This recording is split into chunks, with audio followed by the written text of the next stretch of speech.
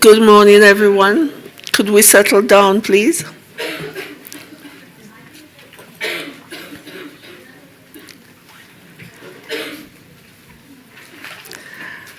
Yes, this is our 29th hearing of the 169th period of sessions here in Boulder. It's our second hearing this morning. The hearing is about the drug policy and reports of human rights violations within the mental health model in Mexico. The hearing was requested by various Mexican civil society organizations who are here present. Those who are participating will please identify themselves and organization when they're speaking. And we're happy to welcome the representatives of the illustrious state of Mexico, who's always supportive of the hearings of this commission. And it enriches the hearing so much when the state participates, and we thank you for being here. The purpose of the hearing seeks to provide the commission with information regarding the general health law that currently regulates mental health in Mexico.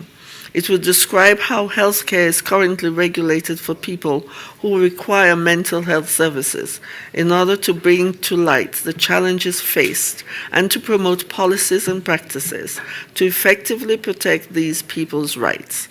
The requesting parties indicate that in Mexico, the lack of a mental health care model that respects human rights is most concerning because the general health law is vague and not very rights-based.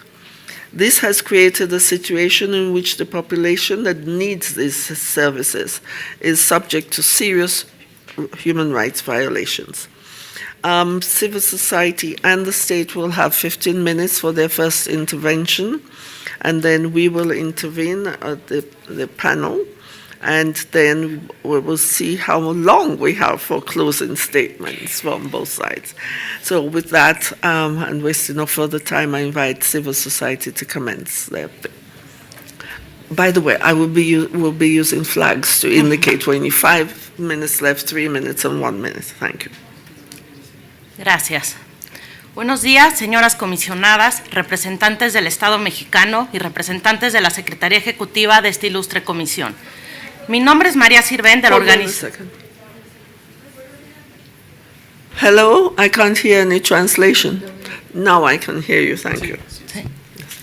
Mi nombre es María Sirvent de la organización Civil Documenta y me acompañan en la mesa Víctor Lizama Sierra y Ángel Salvador Ferrer de la misma organización. También estamos aquí en nombre de todas las organizaciones que firmaron la petición y trayendo la voz de todas las personas que son víctimas de violaciones a sus derechos humanos en los servicios de salud mental. La salud mental en México enfrenta varios problemas. Por un lado, la preeminencia de un modelo que explica la salud mental a través de aspectos y procesos neuroquímicos, el cual es un modelo contrapuesto al que incorpora experiencias individuales y sociales como riesgos y oportunidades para el bienestar. Esto ha traído violaciones específicamente en contra de personas con discapacidad psicosocial y de personas con uso problemático de drogas. Desde el año 2000, México se propuso transitar hacia un modelo de atención comunitario, conocido como el modelo Miguel Hidalgo. Este modelo busca privilegiar sistemáticamente la asistencia en centros de salud no especializados, recurriendo a una red de servicios comunitarios, y crea una nueva estructura de atención, las villas de transición hospitalaria. Sin embargo, casi 20 años después, el nuevo modelo se ha implementado con deficiencias, ya que en ningún momento hubo una auténtica red de recursos psicosociales, como lugares donde vivir, actividades o trabajo, en aras de alcanzar la reintegración de la sociedad de los usuarios. Las villas de transición hasta la fecha han sido escasas y no han traído cambios sustanciales en la realidad que viven las personas usuarias. Ni siquiera existe información pública y rigurosa sobre cuántos centros están operando ni cómo lo hacen.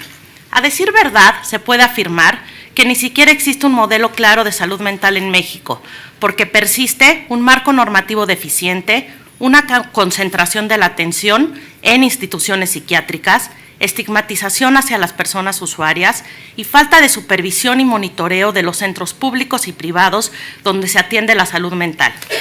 Con respecto al marco normativo deficiente, la Ley General de Salud regula insuficientemente la materia, no prohíbe los internamientos y tratamientos involuntarios. También la legislación no garantiza el respeto de la capacidad jurídica de las personas usuarias. Se debe en todo momento garantizar la voluntad y preferencias de las personas y nunca sustituirla por un tercero, garantizar su derecho a tomar sus decisiones. En el último año hemos presenciado una oleada de propuestas e iniciativas de reformas legislativas en al menos 7 estados de la República. Inclusive a nivel federal, el año pasado se presentaron varias iniciativas de ley de salud mental y adicciones, altamente violatorias a los derechos humanos, al punto de que ameritaron un pronunciamiento de los relatores de Naciones Unidas sobre el derecho a la salud y sobre el derecho de las personas con discapacidad. Como dijo la semana pasada en México el relator de Naciones Unidas sobre el derecho a la salud, existe un problema con la regulación de la salud mental y es el uso extendido de leyes discriminatorias. Leyes que confieren a los psiquiatras la facultad de anular los derechos humanos de las personas a base de diagnósticos, de restringirles su capacidad jurídica, privarlos de libertad y forzarlos a recibir tratamiento.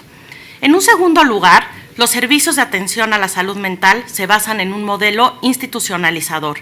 Los hospitales psiquiátricos y el tratamiento farmacológico son la figura central. Muestra de esto es que el 80% del presupuesto asignado a la salud mental está destinado a estas instituciones. Tan solo en los últimos 7 años se han aumentado un 18% los hospitales psiquiátricos públicos. Preocupa ver que esta tendencia se mantiene. Solo por poner un ejemplo, este año el Congreso de Nuevo León aprobó 140 millones de pesos para la construcción de un nuevo hospital psiquiátrico. Por otro lado, siguen faltando alternativas a los hospitales psiquiátricos.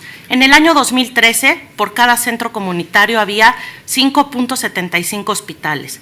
Aunado a esto, los pocos servicios de salud mental que se ofrecen son inaccesibles, geográficamente y económicamente.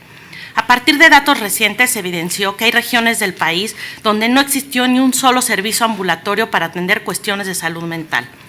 Por último, el problema del estigma. En México, las personas usuarias de drogas y con discapacidad son vistas como potenciales delincuentes y peligrosas, y con base en estas preconcepciones se justifica todo tipo de discurso discriminatorio. Por todo esto, se puede afirmar que México ni ha cumplido el compromiso asignado desde la Declaración de Caracas de 1990 de transitar hacia una atención de salud mental basada en la comunidad, ni ha implementado la Convención sobre los Derechos de las Personas con Discapacidad. Ahora se expondrán las violaciones a los derechos humanos que acarrean estas deficiencias. El modelo de salud mental descrito genera y perpetúa prácticas violatorias a los derechos humanos de las personas usuarias. Todos los casos que se presentarán fueron extraídos de informes de organizaciones de derechos humanos o casos que desde Documenta hemos conocido y acompañado. Cabe señalar también que la documentación es posterior a la entrada del modelo Miguel Hidalgo. En cuanto al internamiento involuntario, advertimos que en México la legislación permite los internamientos por motivo de discapacidad.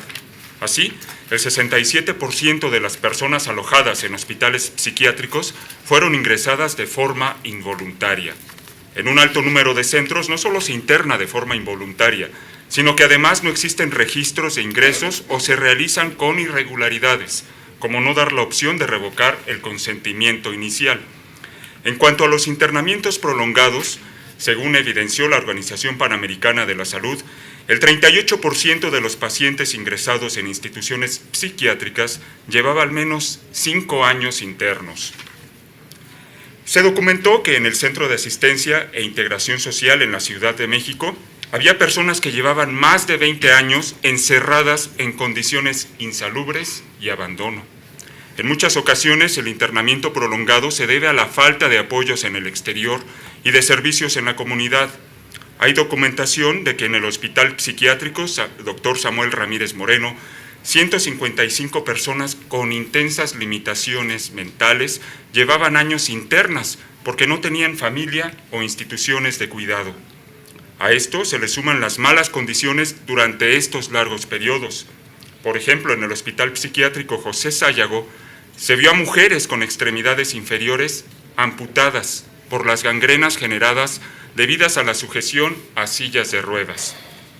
Por lo que respecta a los actos de tortura o malos tratos, el relator contra la tortura plasmó en 2014 que en México se emplean tanto en instituciones psiquiátricas públicas como privadas el uso de sujeciones prolongadas y tratamientos o internaciones que no siguen los estándares internacionales respecto al consentimiento informado. En la institución Casa Esperanza, niños y adultos vivían encerrados en jaulas, amarrados o postrados en camas de forma permanente y en condiciones miserables, igual que en el hogar de Nuestra Señora de la Consolación para niños incurables. Se ha evidenciado también una incorrecta aplicación de la terapia electroconvulsiva.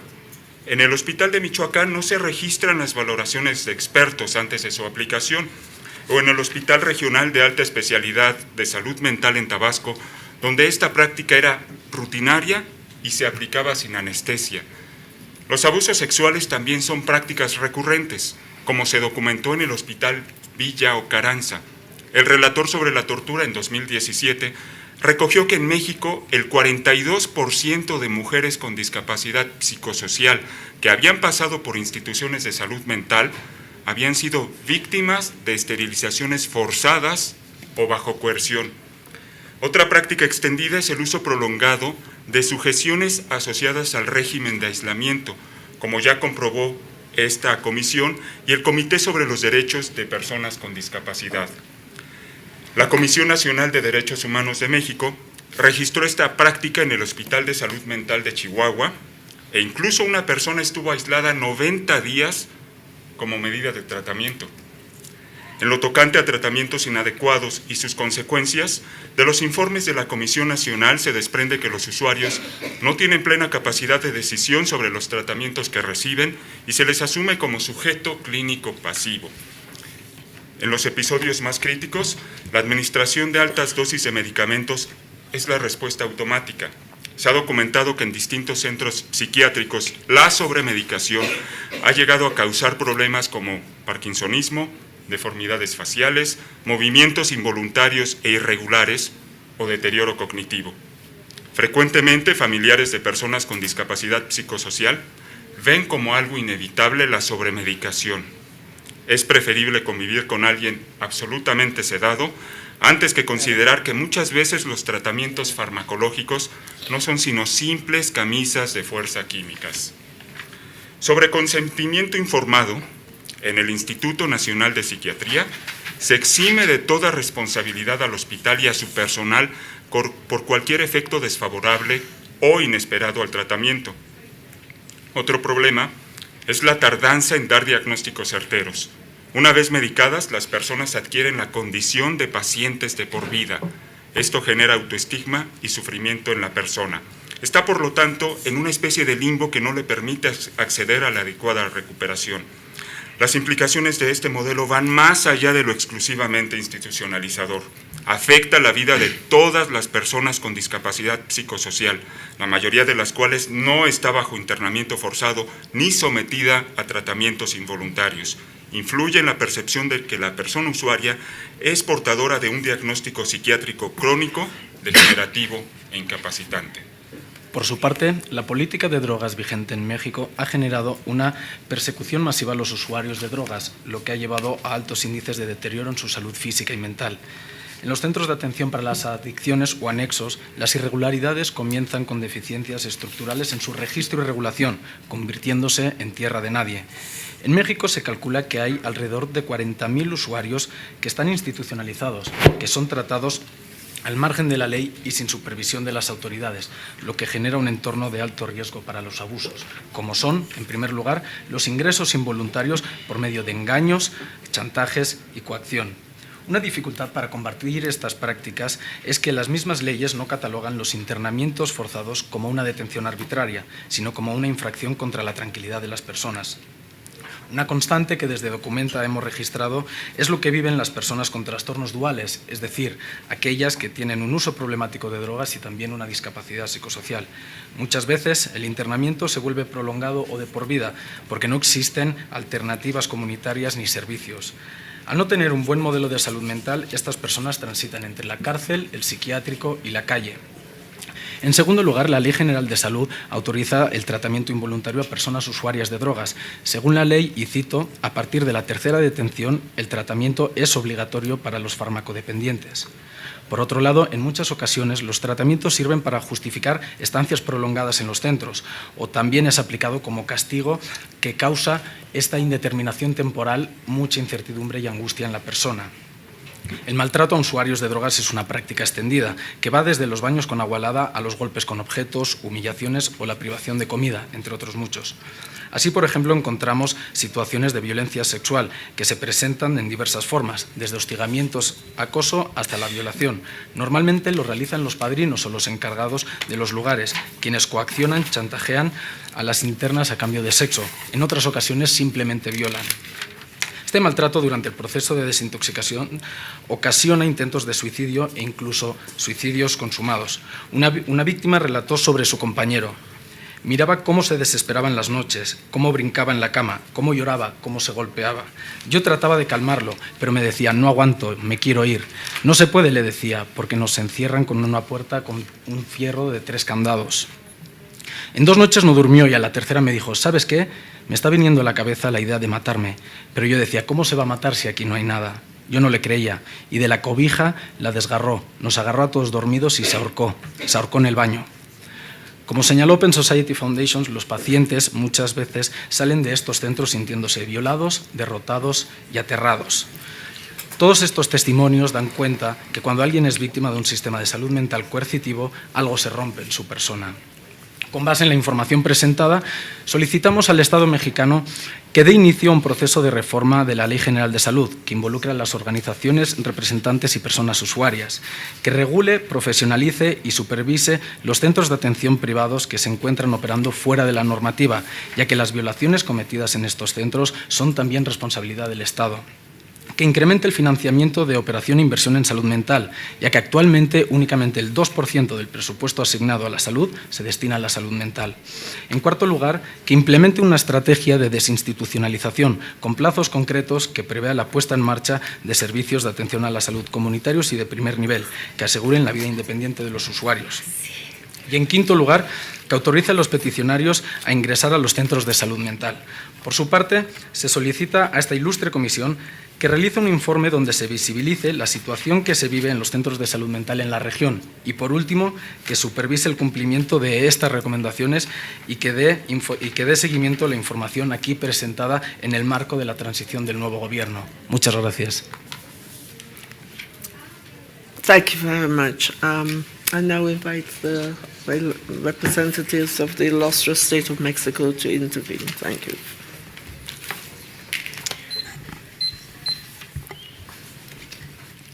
Buenos días, distinguidas comisionadas, secretaria ejecutiva, representantes de la sociedad civil, señoras y señores.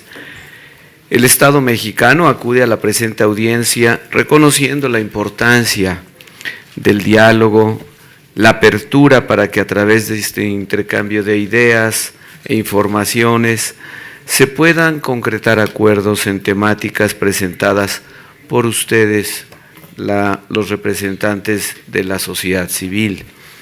Asimismo, el Estado mexicano refrenda su compromiso de consolidar un modelo de atención a la salud mental y una política de drogas que sean plenamente respetuosas de los derechos humanos.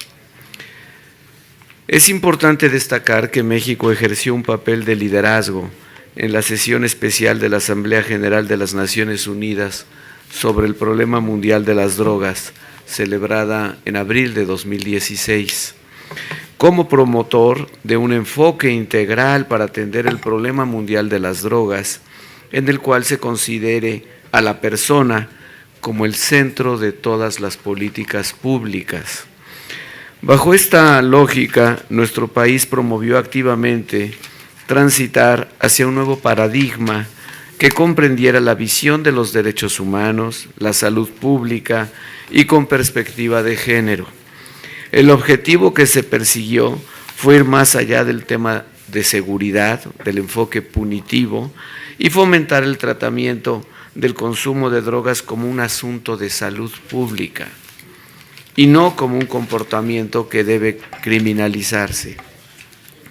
Por otro lado, México ha sido y seguirá siendo un activo promotor del respeto, promoción y protección de los derechos de las personas con discapacidad en foros internacionales.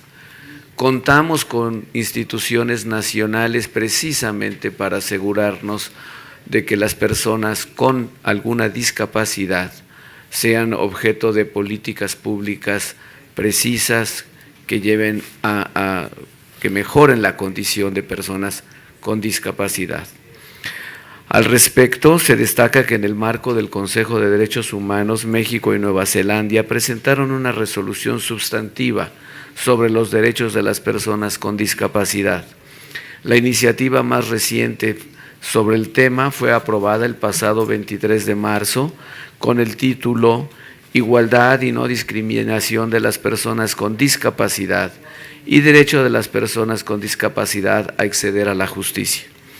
Considerando el papel propositivo del Estado mexicano en ambas temáticas, seguiremos impulsando que se traduzcan en acciones que en el ámbito interno, nacional, beneficien a todas las personas que reciben atención de salud mental o tratamiento de adicciones. Sin más preámbulo, para abordar el modelo de atención a la salud mental en México, cedo la palabra a la doctora Virginia González Torres, directora general del Secretariado Técnico del Consejo Nacional de Salud Mental. Muchísimas gracias. Muy buenos días. Me es muy emocionante estar aquí. Ojalá sea yo una representante clara de lo que ha pasado en México, de lo que es el modelo Hidalgo, de todos los usuarios, las usuarias, familiares, personal que está involucrado en este modelo. Entonces, decirles, el modelo Miguel Hidalgo contempla estructuras de prevención, hospitalización y reintegración social. Es un modelo de derechos humanos, está basado en los derechos humanos. Es un modelo que tiene dos ejes centrales, los derechos humanos y la gratuidad. En prevención, nosotros contemplamos todo lo que es consulta externa. Estamos hablando de consulta externa accesible para la gente. Ahorita estamos hablando que hay 52 centros de consulta externa que están funcionando en el país. Y bueno, hablando de uno, que es algo que yo les quisiera entregar, es por ejemplo el CISAME, es un centro de consulta externa en que se dan 500, un poquito más de 500 consultas diarias y se dan desde niños hasta adultos mayores. Es gratuita y es de excelencia. Estamos muy orgullosos porque estamos rompiendo el paradigma, el estigma. Todo lo que se ha dicho es que no se va a poder. No, sí se va a poder y sí se está pudiendo. Entonces, esta es una de las estructuras del modelo Hidalgo que yo les voy a entregar, y a ustedes, compañeros, porque son mis hermanos, a ustedes también, porque somos hermanos de una causa. Bueno, estamos hablando, les decía yo, de todo esto y los programas específicos. Algunos estados tienen programa específico a lo mejor para el suicidio porque tiene un problema grave. Entonces, bueno, pues se enfocan también a eso, amén de la consulta externa. En hospitalización, nosotros proponemos que haya hospitalización en hospitales generales, que hubiera camas en hospitales generales. Apenas se ha logrado en algunos porque hay mucha resistencia y ustedes no me dejarán mentir, pero bueno, estamos luchando por eso.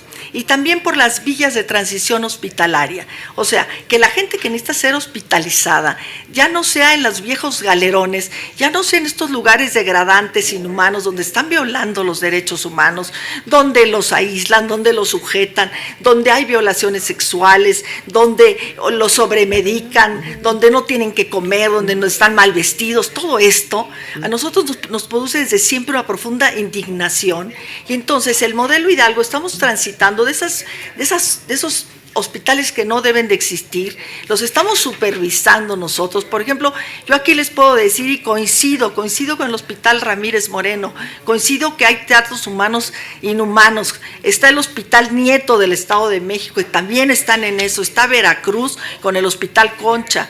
Está el de Guadalajara, que se llama El Zapote, está el de Chiapas, que se llama San Agustín, está el de Oaxaca. Nosotros no tapamos esto, nosotros nos indignamos, pero buscamos la solución.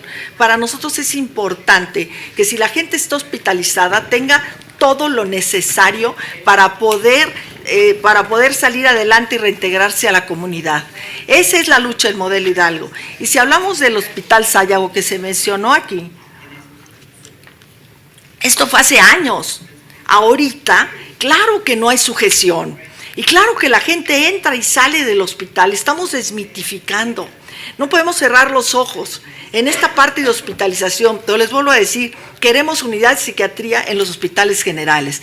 Y en reintegración social, que es lo que más nos importa, nos interesa muchísimo, son los programas comunitarios.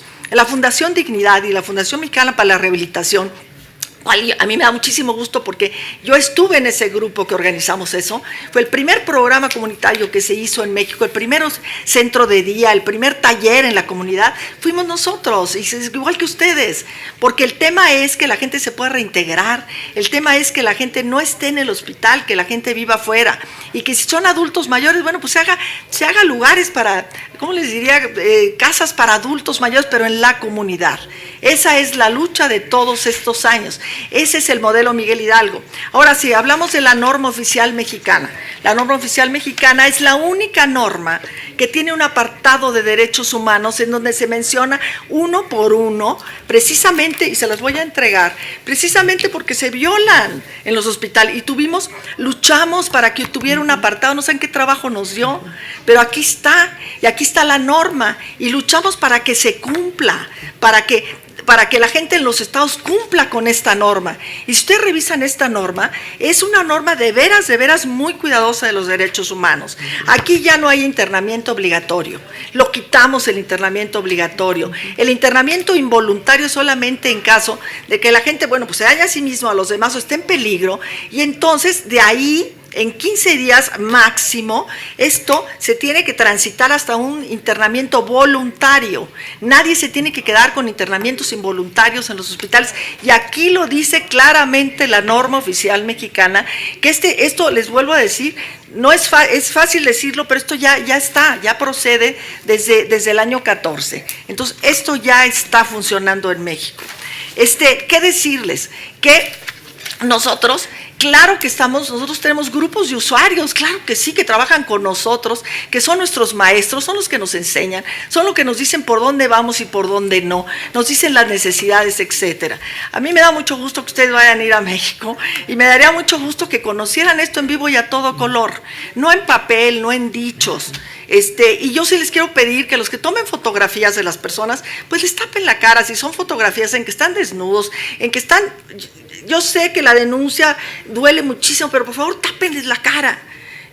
O sea, no es lo mismo un usuario, una persona que está vestida, está sentada aquí, es así, hay que sacarla, o si sea, lo permite, claro, preguntándole, oiga, ¿quiere usted salir en las redes o donde sea? Pero no una persona que está desnuda, en fin, no, porque no les están preguntando, carajo, y eso a mí sí me da mucho coraje. Bueno, también tengo mi personalidad y también yo, tranquilízase. Bueno, porque sí, porque no se vale que si defiendes los derechos humanos de la gente, luego la saques desnuda y luego vendas tus libretitas. No se vale. Y también, fíjense muy bien, no se vale negociar con estas cosas. No estoy hablando de una organización especial, pero aguas con eso. Entonces vamos respetándonos. Y si están hablando del modelo Miguel Hidalgo, yo aquí traigo una carta que recién firmaron 1,205 personas que quisieron firmarla, avalando el modelo Miguel Hidalgo de atención en salud mental. Y aquí hay usuarios, familiares, psiquiatras, todos, sociedad civil, en fin, todos, porque no podemos permitir que una intención seria que se está dando en el país, en que se están respetando los derechos humanos, ahora resulta que no es. Y hablando de la ley también, yo coincido con ustedes. En los estados están haciendo unas leyes rarísimas, están haciendo unas leyes en que dicen que pueden sujetar a la gente por más de 4 horas, están inventando no sé qué tanta cosa, y metieron en la Cámara de Diputados, no sé quién, una ley, un intento de ley que violaba los derechos humanos. Cuando nosotros nos enteramos, fuimos y logramos que se detuviera, que no entrara. Entonces está detenida, logramos que se modificara. Entonces, en eso, compañeros, estamos totalmente de acuerdo. Vamos a sentarnos, los invitamos al consejo, vamos a platicar, ya no por chis, vamos a vernos con papeles o vamos a ver a la gente. Los invito a que vean los proyectos, vamos a revisar la ley entre todos. O sea, vamos a hacerlo juntos y vamos a sacarla, porque los estados están, acaba Yucatán de tratar de sacar una ley donde van a amarrar a la gente por 4 horas, lapsos de 4 horas, o sea, no se vale. Entonces, yo los invito, y si quieren, ya me calmé, perdón. O sea, perdón hace rato, perdón, discúlpenme, es que hay cosas que sí me ponen muy enojada, pero yo los invito, si quieren el 8 de noviembre, 9 de noviembre, 10 o lo que ustedes quieran, que vayan y que nos sentemos y que nos quitemos todo lo personal y que nos sentemos como hermanos para poder hablar de nuestros otros hermanos y que los invitemos a que se sienten con nosotros. Nosotros siempre invitamos a los usuarios a que opinen, pues ellos son los que más saben de lo que está pasando y que entonces juntos saquemos una ley. Y bueno, ya creo que ya hasta me pasé, muchas gracias y perdón que creo que aquí no se vale gritar y bueno, ya ni modo. Y les entrego. No, you have 3 minutes, you have 3 minutes. Tengo 3 minutos, entonces me pago entregar esto, ya que tampoco se vale. No se vale. You have 3 minutes left. Gracias, perdón que se me dio el grito, pero es que hay cosas que no me gustan. Gracias, Ana. Véngase. I like it. Yo quisiera I nada más understand. comentar en cuanto a lo que comentó el último participante de la imposición de tratamientos. En cumplimiento a esta posición del Estado mexicano de que sea un asunto de salud pública y para hacer la diferencia con ese tema que sabemos que se habla de justicia terapéutica, en donde lo que se cuestiona precisamente es esta imposición del tratamiento. Estamos Move it closer. There's something, not enough volume. Not enough volume for the interpreter. Try it now. en lo que es la imposición del tratamiento. En la Procuraduría General de la República estamos haciendo el programa Repensar, en donde a través del nuevo sistema de justicia penal y aprovechando todas las salidas a la prisión, como la suspensión condicional del proceso penal a prueba, la celebración de acuerdos reparatorios y la imposición de medidas cautelares, lo que se busca es que la persona sea canalizada a este programa, en donde no tiene que ver con el consumo de drogas, sino nada más con la opción de no entrar a la prisión, como en este principio de la prisión como la última razón del Estado, y para son sesiones, 50 o 60 sesiones de terapia cognitivo-conductual, en donde no hay nada clínico, o sea, no hay pruebas de sangre, no hay ningún elemento clínico, sino solo la voluntad de la persona a entrar a esta serie de terapias, y después de las terapias es que optan por una plataforma laboral o educativa.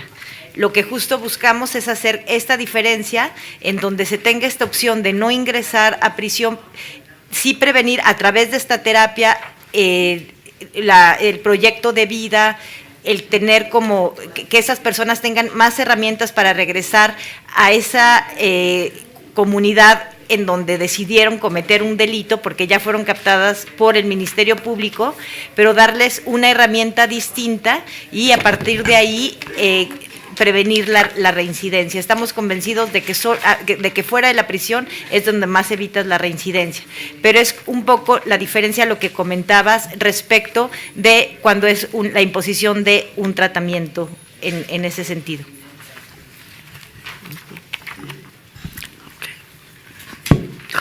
Thank you. Thank you very, very, very much. It is very good that we have such emotion from a state representative. Very good. I now I'll ask Esmeralda first. I now invite the first Vice President to intervene. Gracias, señora presidenta. Efectivamente, lo importante de expresar nuestras emociones y nuestros sentimientos es el mejor termómetro para medir nuestro compromiso también, nuestra motivación, nuestro entusiasmo, nuestro compromiso particularmente. Este es un tema, sin duda, de derechos humanos. Y el tema de salud, el tema de reconocimiento de dignidad humana, el reconocimiento de la condición de persona, cuando nos encontramos con esta realidad, es una realidad, tendremos siempre personas con limitaciones, con discapacidad, esta situación de adicciones, de estar sometidos a estos controles externos que, aunque afectan nuestra condición de persona, no por eso dejamos de ser seres humanos con dignidad. Y creo que ese es el mensaje que trae la representación de la sociedad civil, y que hay una necesidad de hablarlo, de comunicarlo, y este es el valor de esta audiencia, de poder cruzar una información, y nuestra responsabilidad como comisión. Aquí contamos en la comisión ahora con una relatoría especial donde el tema de salud toma una real posición de prioridad, porque es condición humana netamente, y que se convierte para nosotros en un tema importante. ¿Cuál sería para buscar este acercamiento de información, de poder hacer una relación de efectividad de planes, programas? Porque aquí se ha dicho, sí, existen el programa, se plantean limitaciones respecto del mismo. En la planificación de programas como estos, estoy segura que tienen que responder a esta visión de derechos humanos. Yo no puedo pensar que en la estructuración, en la planificación, no se tenga el enfoque de derechos humanos en miras precisamente de una transformación. Pero lo que ha planteado la sociedad civil es la identificación de actos de tortura, malos tratos, vejaciones, violencias, esterilización forzada, medicación en exceso, ¿cómo podemos identificar dónde esto sucede? ¿Cuáles son las acciones a seguir? ¿Cuáles son los compromisos que por ley, en las aplicaciones de la ley, serían demandados? Y demandados por la sociedad civil, demandados por los parientes de los pacientes, etc. Entonces, importancia de contar con, hay una ley general de salud en México. Ustedes evalúan que es necesaria las modificaciones. A mí me gustaría escuchar por parte del Estado cuáles ustedes estiman que son los grandes desafíos para que haya efectividad de la ley. ¿Qué cosas tendríamos que hacer para que, bueno, yo solo les digo, bueno, yo creo que si hay un hospital que está faltando a lo que la ley demanda, bueno, ahí hay responsabilidad. Pero aquí se dijo que hay una cláusula de no responsabilidad al hospital.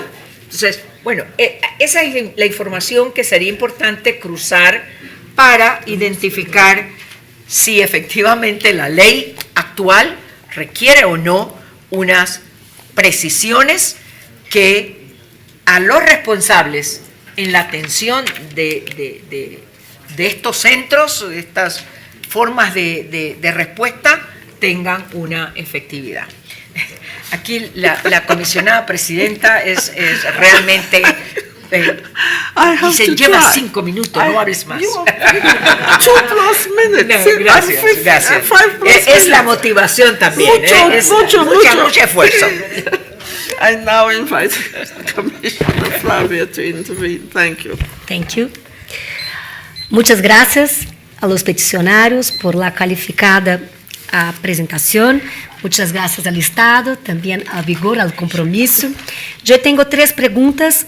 La primera, en la línea del planteado por la comisionada Esmeralda, tenemos la Ley General de Salud de 1984 y ahora nos fue aquí compartida la Ley de 2014, ¿no? Es la norma oficial mexicana. Norma Oficial Mexicana de Prestación de Servicios de Salud, ¿no?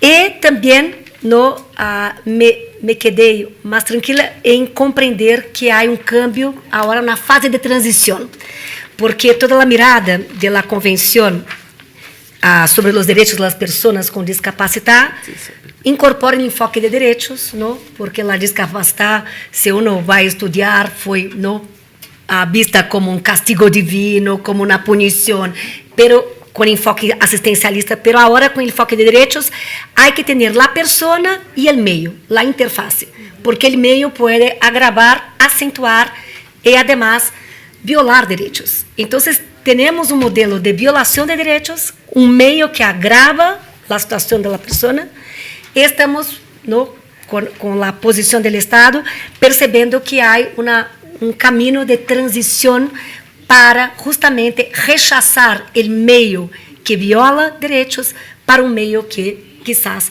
pueda promover derechos. Pero entonces me gustaría comprender mejor cómo está esta fase de transición de paradigma, este cambio de paradigma, ¿no?, y los desafíos.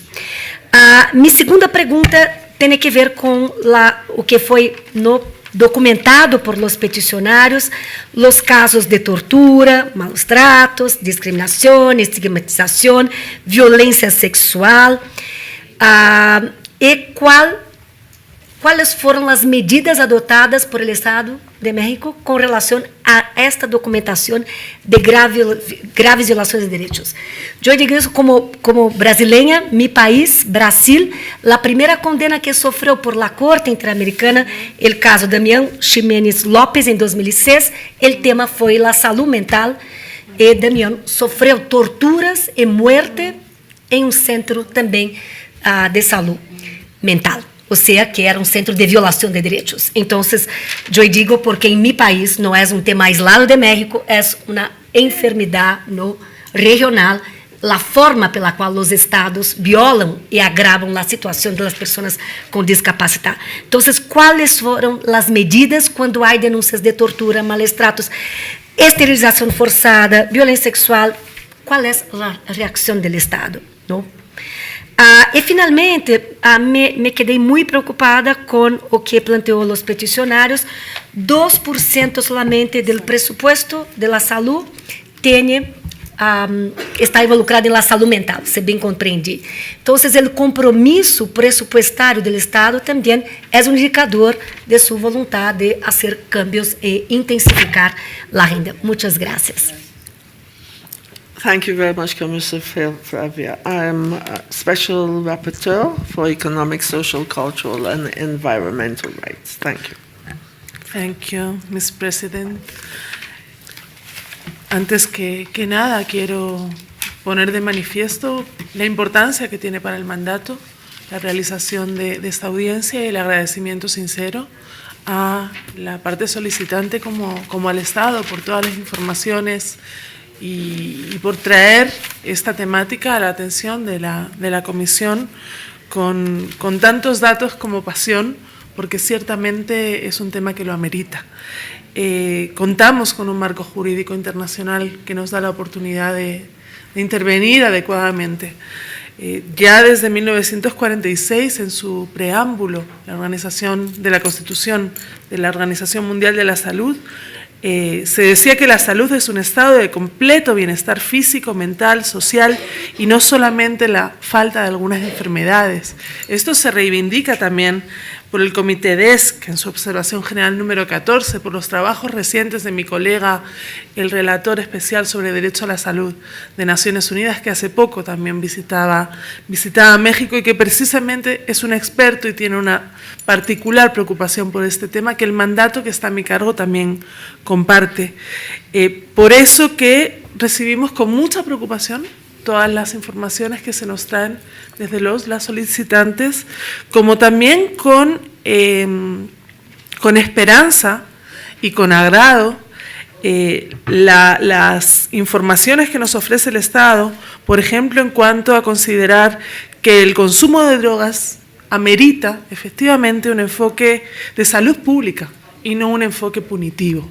Tomamos muy buena nota de eso porque creemos que es la única manera de avanzar en el tratamiento adecuado del combate del daño que las drogadicciones y las adicciones hacen a nuestras poblaciones, en toda la región, no solamente en México. También recibimos con mucho beneplácito esta resolución impulsada por México y por Nueva Zelanda, que vamos a tomar también para los trabajos del mandato, y las informaciones sobre el modelo Manuel Hidalgo, que parece poner en el centro los derechos humanos y la gratuidad, lo cual realmente es importante. También estamos constatando, con las informaciones que se nos traen a la mesa, en otro tema más de derechos humanos, la distancia que todavía tenemos entre las normas, entre las políticas, entre las prácticas, y ni qué decir, entre los recursos que se disponibilizan, como bien acaba de señalar, y comparto la preocupación,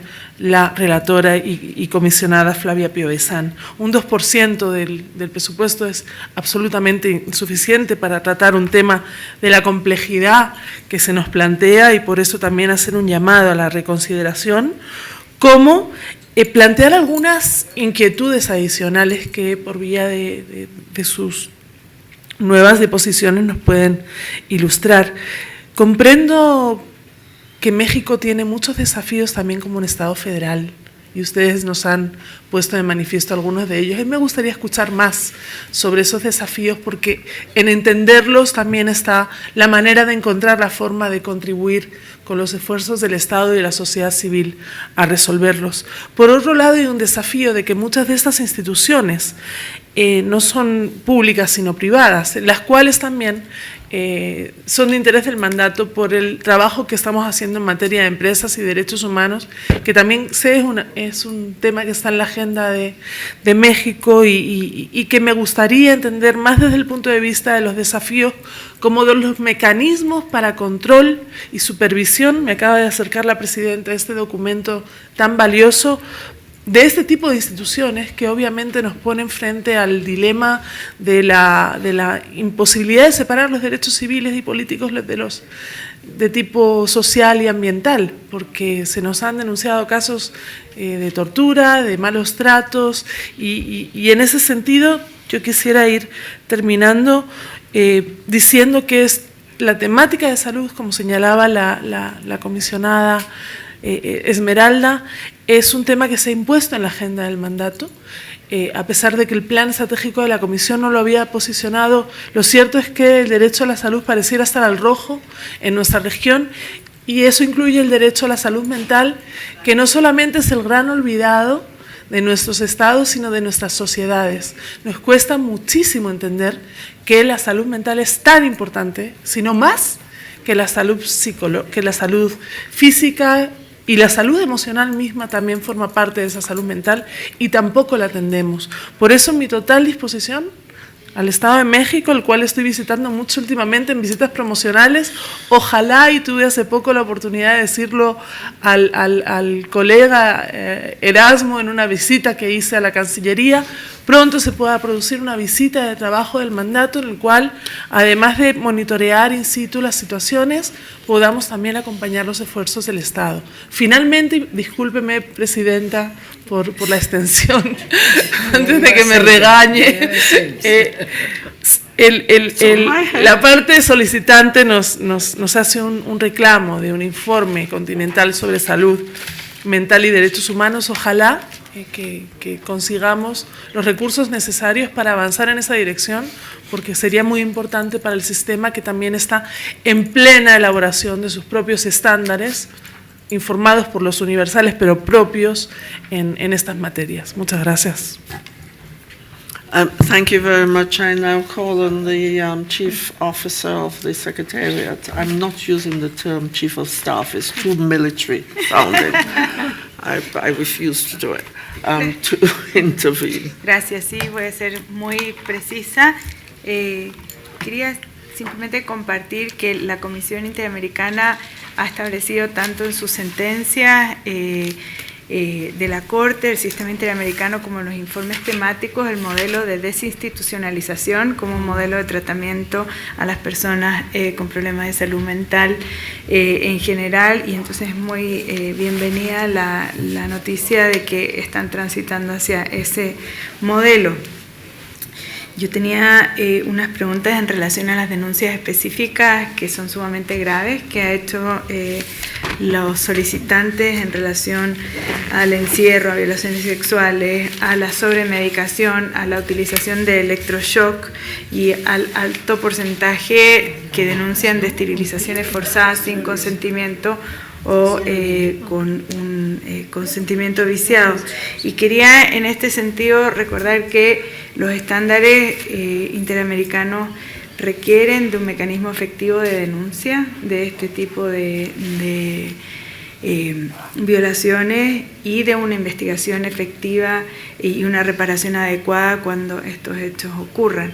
Entonces quería preguntarles cómo está funcionando este mecanismo, si es que hay investigaciones, y por último recordarles a los solicitantes que en casos extremadamente graves, algunos de los cuales han denunciado, la Comisión Interamericana ha accionado sus mecanismos urgentes de protección, como las medidas cautelares, y entonces indicarles esa información que están disponibles los mecanismos. Request. Yes, thank you. I will forgo my opportunity to speak now because we are really tight on time. But I will make a couple of closing statements at the close, when I close the session. Unfortunately, you can only have 3 minutes each, and that's tight, and that's really an extension. It should be 2, but 3 minutes each for your closing. And remember, you can submit written answers to buttress your very short statements here. And it's unfortunate. Something like this, we ought to have a whole morning, but we don't, unfortunately. So please, could you? Muchas gracias. Yo un minutito y después le voy a dar la palabra a Gaby de Luca de Open Society.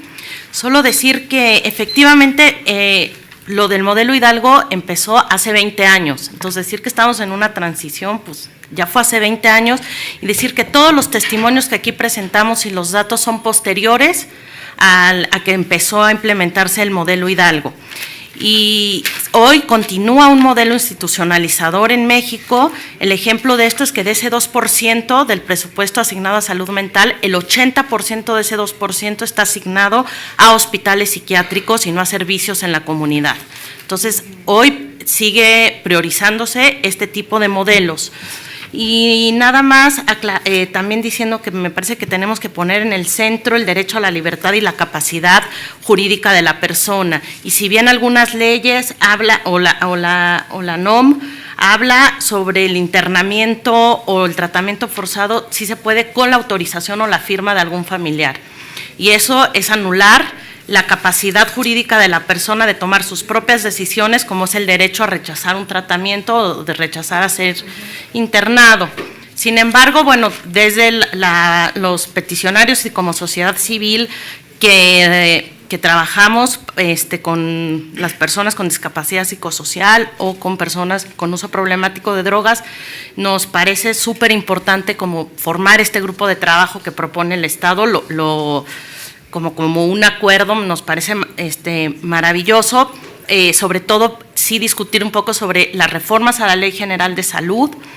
No estamos nosotros de acuerdo y no apoyaríamos una Ley General de Salud Mental en específico, creo que el Estado tampoco y lo acaba de nombrar, y poder hacer a lo mejor un grupo de trabajo un poco más amplio, más allá de poder discutir sobre la legislación, políticas públicas. Nosotros estaríamos en toda la disposición, e igualmente incluir a los usuarios de estos servicios. Hola, mucho gusto. No iba a hablar, soy Gabriela de Open Society Foundations, no iba a hablar, pero mi colega que es experto en política de drogas en México no obtuvo su visa americano y pienso que es muy importante hablar de algunos puntos que fueron indicados por el Estado mexicano. En particular, yo quería hablar sobre algo que dijeron sobre la justicia terapéutica como una posible solución. Pero if you don't get to the point, I'll have to cut you off. We really are pressed for time. Okay, So just okay. go on. Quiero decir que este modelo de justicia terapéutica es muy controvertido, muy controvertido, y los pido que los comisionados, antes de decidir en si es un buen modelo, que busquen evaluaciones independientes, no del Estado. Y porque un tratamiento que exige que las personas tienen como pasen por las pruebas de orina para que puedan permanecer en tratamiento, no me parece un buen tratamiento como un modelo de salud pública. Y también sobre los anexos, las comunidades terapéuticas, los centros de tratamiento de drogas, me gustaría pedir a la Comisión que se puede reafirmar que el gobierno tiene la obligación de monitoreo de centros privados. Solo esto. Thank you very much. I now invite the State of Mexico. Ese fue mi planteamiento, que el programa Repensar justo lo que está haciendo es diferenciarse de lo que es la justicia terapéutica.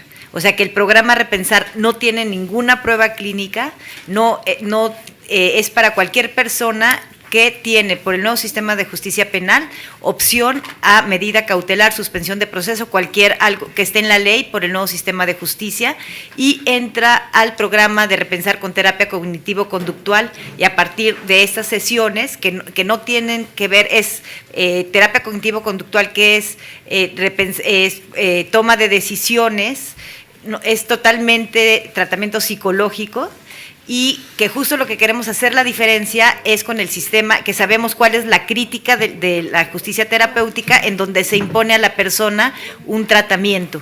Es precisamente lo que estamos proponiendo, algo distinto, hacer la diferencia a este sistema de justicia terapéutico.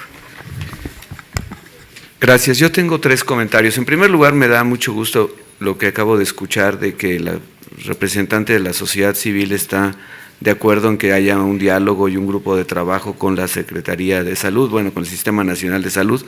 Creo que este es el mejor resultado de esta reunión y realmente lo celebro. 2, el relator de la salud visitó México la semana pasada, estuvo en la Cancillería. Aquí permítanme hacer un comentario. México ha recibido más de 30 visitas de relatores, comités, comisionados de Naciones Unidas o de la CIDH. Es una política consistente y lo hacemos por una sola razón, porque estamos convencidos de que a través del sistema internacional de derechos humanos, a través de estas audiencias y a través del cambio que se puede generar, estamos beneficiando a México y a los mexicanos. Y México ha mantenido una política de absoluta apertura al escrutinio internacional y regional, y lo vamos a mantener. Tercer lugar, sí tenemos un problema con el Estado federal, es muy complejo. Hay muchas cosas que puede hacer el gobierno federal, pero hay muchas cosas que dependen de los estados o de los municipios. Déjeme darle un ejemplo concretísimo, la Agenda 2030 de Naciones Unidas, que es para mí el documento más importante de los últimos 100 años, unos 150, y realmente puede cambiar mucho la vida de los países, pues tenemos que hacer toda una estrategia nacional para que todos los estados la apliquen. Aquí concluyo porque quiero dar la palabra a la doctora. Bueno, decirles que la puerta está abierta, que nosotros en el Consejo Nacional de Salud Mental, evidentemente tenemos organizaciones de la sociedad civil que han estado trabajando con nosotros, lo que les había dicho, usuarios, familiares, trabajadores de la salud mental, todos, en fin, etcétera, pero no habíamos tenido contacto con ustedes. No sé por qué, pero no lo habíamos tenido, y bueno, pues ya lo tuvimos aquí. Qué bueno encontrarnos, y están abiertas las puertas para que nos sentemos a trabajar precisamente para el tema de la ley. Podemos empezar con eso, revisar las leyes de los estados, etcétera. Está la norma oficial mexicana 025, se tiene que cumplir, porque esta norma va a abolir, va a quitar todas las violaciones a los derechos humanos que están haciendo en las instituciones psiquiátricas. Es una herramienta que si nos ayudan, entre todos la podemos hacer, que de veras se cumpla. Y ya está. Gracias. Thank you. Ya. Thank you very much. Thank you. I just have to say that I've listened avidly to both sides, and the archaic nature of some of the treatments, which I'm sure still go on, and that's very egregious. And this is so true of mental health treatment, and was for years. This is old stuff, and really has to stop if it's going on even in one place. And so I'm sure with your passion, and Dr. you'll ensure that this is done. And then I just want to say there are states which have laws, and very strict laws relating to persons being involuntarily admitted in hospitals. They have to have be completely out of control and a danger to themselves and other people, and it must be certified by 2 appropriately qualified doctors. And then they can only be held for 24 hours whilst they're observed within the institution. And if that admission and holding is incorrectly diagnosed, then it's completely involuntary, it's an assault, and it's false imprisonment.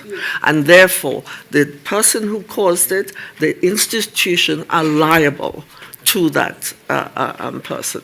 So very strict laws can be put in place to ensure that these things do not happen. And I will look forward to seeing this law and bill. Yes, and to talk more with you. And please work together. Bother them. Don't be afraid to be quiet. Keep dinging at them. Yes. And when we must see you, and if they don't, let us know. Thank you very much to everyone for this hearing. Thanks to the members of the public. Thank you to the interpreters. This hearing is at an end. The next one starts in 1.5 minutes.